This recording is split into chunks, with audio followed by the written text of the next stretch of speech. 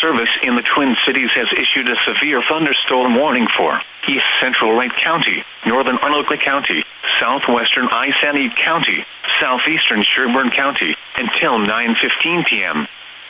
At 8:26 p.m., a severe thunderstorm was located over Albertville, or 11 miles east of Buffalo, moving northeast at 30 miles per hour.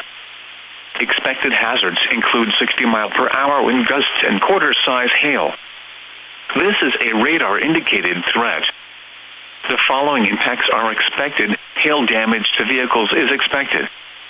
Expect wind damage to roofs, siding, and trees.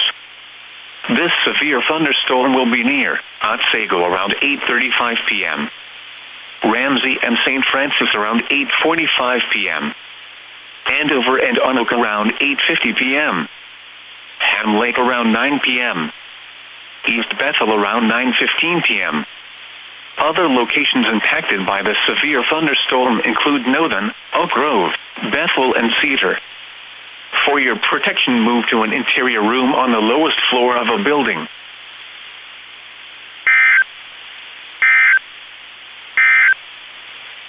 The severe thunderstorm warning for Central